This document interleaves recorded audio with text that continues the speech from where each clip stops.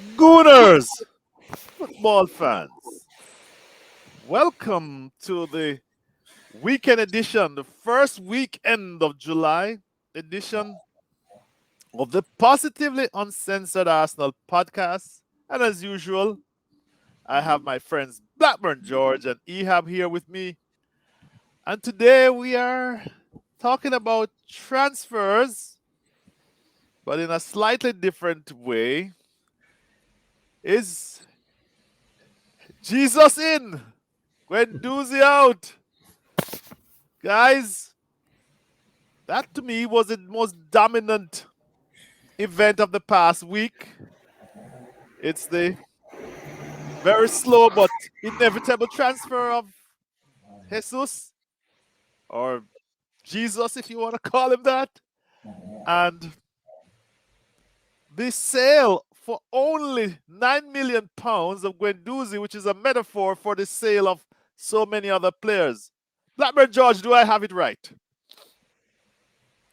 Yeah, it's like bloody Chinese water torture waiting for the Jesus announcement, isn't it? We're waiting for Jesus. I think they're doing some CGI or something. It's going to be like the introduction to a new Avengers film or something when it comes Yes, a out. massive picture, George. But it's done, isn't it? It's done. So it doesn't bother me a fuck whether they announce it or not. We know it's done. As was the Guendouzi transfer out. That was done 2 years ago. So that's no surprise either. And inevitable. We've lost him, gone into the ether like many another good player has gone for next to nothing or nothing, or we've paid for them to leave. But we spent £100 million already on some players that we can get rid of in a couple of years. So, what the fuck? Who cares? It's all good. I'm glad.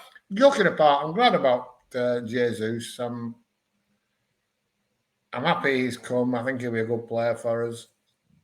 And I'm not really bothered about Guendouzi leaving because Mikel Arteta had tanked his value and made it impossible for him to come back and play for us. So he had to go. Same with Lucas Torreira. I mean, he can't even come back and train with him. He's that pissed off. So when he's inevitably sold for next to nothing, that'll just be another consequence of really rank bad management of players and personalities. But anyway, that's the price you pay for being establishing yourself as a dominant manager when you haven't got a track record to back up your dominance. You have to do something else, and shipping players out and being intolerant of the least little thing is the price we're having to pay for his inexperience. I'm How's sure that um for a E- start? I'm sure Ehab agrees with you. I do. But to me, the most important thing is selling off the players for little or nothing. Nobody says anything about it. I got into a dispute with someone on Twitter because, and Guendouzi is just a representative of this, the very most prominent representative of this. He's worth $33 million on transfer market. We're selling him for 9 million. Sorry, people, not dollars, pounds. We're selling him for 9 million pounds. And some guy was telling me, well, it's not a loss because we bought it for 7 million pounds. And you can repeat that with Torreira. You're gonna repeat that with your good friend, our right back. Yeah, Baron. There, yeah. It just slipped me for a minute. Yeah. Can it's to me that is irresponsible. It's scandalous. Your thoughts, Ainsley perhaps? Maitland-Niles, Well, Chambers, he's gonna be given away as well. Yeah. Chambers. I mean, We Ainsley got a little money for him. Maitland-Niles. We got a little money for Chambers. But let me hear Ehab. Yeah, go ahead, Ehab. Yeah, well, what we got for Chambers is nothing too. I mean, I think after the bonuses, it comes up to less than £2 million, which is like Cheese one on half. bread. Which is he's an English CB. I think he's 26, who plays right back too.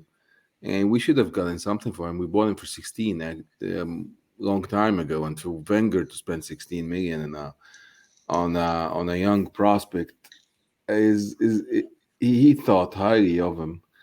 And there's yeah, it's we made a file a while ago about this, about the money that we lost, that we don't feel that we lost. Like, for example, Ainsley Maitland-Niles, we had an offer for him, I think, for 25 million to West Brom when he was playing at West Brom, and we didn't do it. We brought him back, and those kind of things, I don't mind. um I don't mind them staying, but we've been doing this to everyone. I don't think we increase the value of any player. I think Saka and Smith Rowe, but those players, they were 16 or 17 or 18 when Emre and Arteta came, and they could have, they would have probably, the value would have increased anyway. So it's kind of, it's bad. It's the way that we devaluated our assets is scary, and I'm surprised that people are not scared about it. It's good that we signed Jesus. It's good that we signed a good prospect. But who, as George says, in a couple of years, if things don't go our way, they're gonna be the first to be blamed. We are thinking about Lisandro Martinez for 40 million, But and United now is in for him if I follow the English press. And we're gonna get back to that topic, but that's what the press is now saying. He's not. We haven't even put a bid in, which is just a speculation. But apparently, yeah, United is in for him. yeah, United is in for him. Same like with Rafinha when we were in for him, and Chelsea came with a bigger bid, and now I think Barcelona came with a bigger bid, and we have now they're coming back and talking about Telemans. You can't follow all of these things. I mean, it's good that you just talk about it, but uh, if the offers that they're talking about that are like Rafinha, it looks like we made an offer. It looks like that we had 50 or 60 million out of our pocket that's ready to be paid. The thing is, those players, are they gonna be worth that much? I mean, look at the big signings we made in the last 5 years. 72 million for Pepe.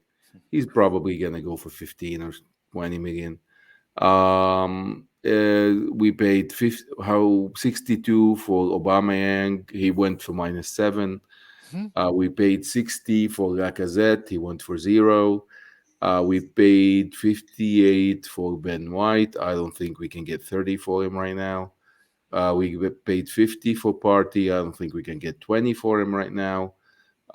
Those, and people will say, "Oh my God, no! You're saying we can't sell Party for 20?" I mean, Party is 29. He's it's really hard unless you're Kevin De Bruyne or Kante to get more than that for a CM that does nothing. And the same thing for Ben White, who's he's a good defender and a young defender, but we are not getting 50 or 58 for him back. It's impossible. So we devaluated everyone that we have. Um, this is going to lead, and I don't know how people don't see this. It's going to lead into us spending $1 billion and having a team with no assets to spend whatsoever. You know, George, why are we so bad? I think you mentioned it, but you need to ref. Why are we so bad at player valuations? You and I just spoke about this before the start of the pod. We seem to spend a lot of money on players that nobody's in for. That 40 something $1 million for Party, his entire release clause. I always say dollars, guys, because I'm in a dollar zone. But please forgive me. But nobody was in for him.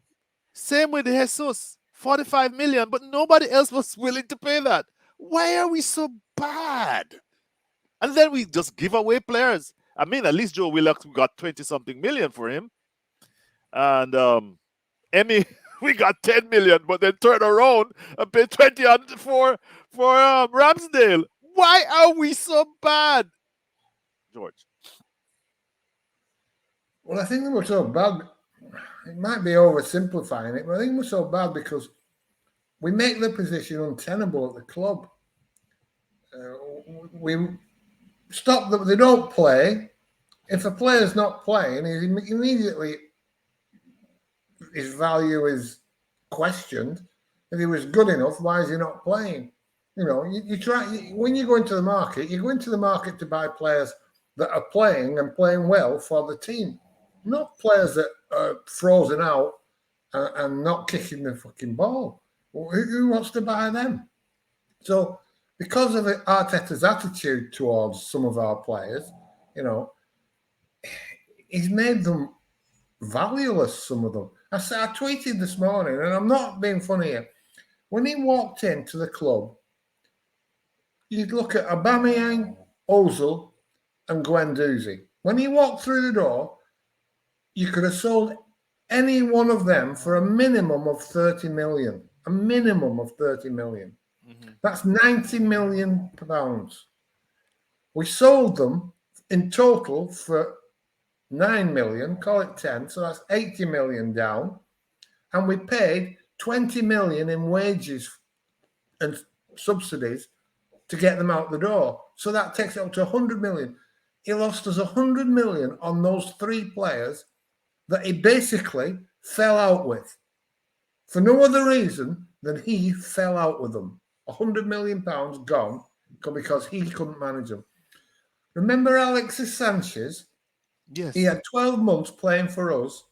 His last 12 months, the second half of the season before and the first half of the season he left, it was fucking shocking. He was giving the ball away 30 or 40 times in a game. It was terrible, absolutely terrible. And Wenger kept playing him because he wanted to sell him. He didn't leave him and say, this guy's gone shit, I'm not fucking playing him anymore, because he knew he would tank his value. Now, in the end, he swapped him for Mkhitaryan, which maybe wasn't the greatest deal in the world, but at least he didn't have to give him away and pay his fucking wages. Mm-hmm. You know, the management of this team is shocking. Lucas Torreira, I don't know where he's tweeting from or where he's fucking sitting, but he's not at fucking Colney because he said, come back to Arsenal. There's no chance. I've been told in no uncertain terms that I'm not wanted. What the fuck? We paid fucking what? Nearly 30 million pounds for him. We're going to have to give him away. Bellerin's back, and the club that was impressed with him, who he helped win a competition, are offering us nothing, saying, we'll check him, but you have to release him. Again, go back a few years, Pep Guardiola wanted to buy him rather than Walker at City. He wanted Bellerin. Yeah. We're talking about Barcelona wanted him, but he was worth 50 or 60 million. Now, I know he was injured and he's not the player he was, but he's not gone from 50 million to fucking nothing. But he has under Mikel Arteta because, again, frozen out the team, pushed out the club. They know that he's not happy. He doesn't want to be here. Arteta doesn't want him. Why on earth would they come with a decent offer? It's all about what supply and demand. And the supply from us is overflowing because we won't play them. And the demand isn't great because they're not playing. And they know. They fucking know that they can get them for peanuts. I mean, for fuck's sake, imagine Pierre-Emerick Aubameyang for free. For fucking free, man. And goes away and score 15 goals, George. Why? Because his value was tanked by Mikel Arteta because he fell out with him because he came back from fucking seeing his mum one day. He wasn't even late for training. He just happened to fucking... And they'll say, oh, it wasn't just that. The guy's been the same. Aubameyang's been the same for 10 years. And suddenly, because Arteta sees his arse, he can't cope with him. He couldn't cope with Mesut Ozil, one of the greatest players in the world, for year after year after year, given away. given away and not played, not with fuck all because he hasn't played for 6, 12 months. It's pathetic, absolutely pathetic. It's the cost of Arteta's ego. Now, some will say it's worth it to build a new culture. What is this fucking new culture they speak of? You say, oh, players with a different attitude. What attitude? One that the robots, one that they have no free thinking, one that they just do as they're told without questioning. Well, we've seen the results of that on the pitch. It's shit football and shit results. I'm sorry, but that was quite a rant, George. But this is actually you're saying something you've often said, but perhaps it's becoming even more apparent because we are seeing all these people that the PR is mighty and massive. We are building a stronger team, and the theme of this: are we getting any better? And I want to ask you, are we getting any better, Ehab? Do you? We obviously Gabriel Jesus is the kind of striker that will work in Arteta's system. Yeah. But with all that, all all the things that are happening otherwise, are we getting any better? I like the signings, guys. I don't mind paying too much for a player. People think, oh my God, it's not your money. This is the stupidest argument I've ever heard. But they say, oh, it's not your money. What if we pay 50 million for this player that we need? I'm 100% okay with that. If we are Manchester City, who overpay for players that they need, like Manchester City paid 50 million for Sterling when this was like the third biggest transfer in history of the Premier League. They needed that player. They have the money, and they went on and bought him.